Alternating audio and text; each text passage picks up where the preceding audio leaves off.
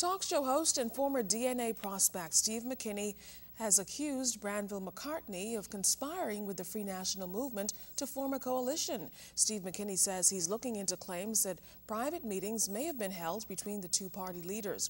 But the feud does not end there. In this report, Clint Watson tells us how campaign funding ties in. My opinion, Mr. McCartney is a fake and a fraud.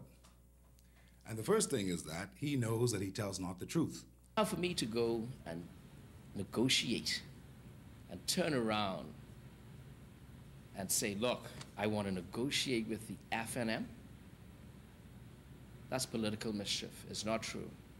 Former prospective DNA candidate for Fort Charlotte, Steve McKinney, and DNA leader Branville McCartney at odds with each other. While McKinney shares the view that McCartney is not being honest about his motives with the DNA and his intention to reportedly form an alliance with the FNM, McCartney feels this is a smokescreen because McKinney could not have his demands for candidacy met with the party.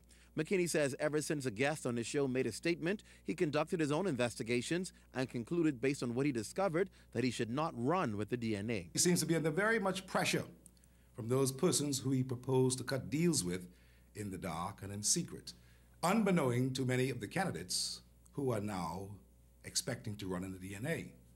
I spoke to Mr. McCartney, and Mr. McCartney did not give me any reassuring answers.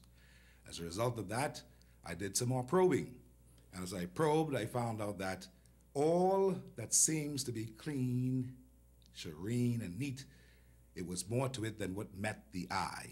I sum it up to be a lie. Not talk, I sum it up to be an absolute lie.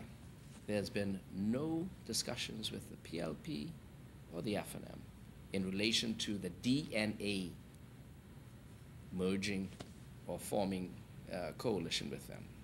McKinney says his main issue with parting ways was that McCartney could not say how they would be funding their campaigns. In fact, he referred to a letter dated December 14th to the chairman, Mark Humes, when he outlined his concern about funding, noting that he expected the DNA to provide no less than 60% of funding. He also noted that $15,000 of his team's own money was spent. He also requested the party to assist with paraphernalia, operational costs of a headquarters, and funding for PR. He noted that he was not prepared to be announced as a candidate unless these conditions were met. I don't see how this letter could in any way indicate any impropriety. This is a necessary thing for a campaign. His newest position now is that every candidate must fund their own campaign 100%.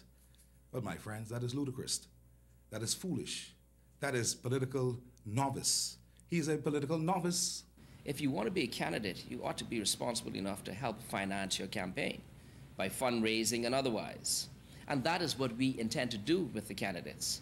But we've been doing a number of other things to help the candidates. What Mr. McKinney wanted was a number of wanted monies for work that he has done already. 60% of what he's done already, I don't know what that is, and then 60% of his financing. We could not commit to that. In terms of funding, we will do what we have to do, but not 60%.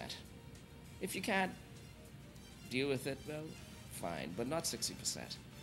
And what we do for one, we'll have to do for all. McKinney feels McCartney is in over his head. He is not prepared. He has no money.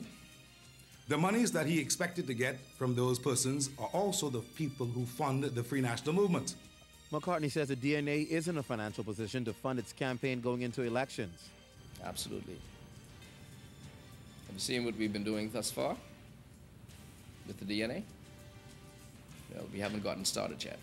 Clint Watson, ZNS News.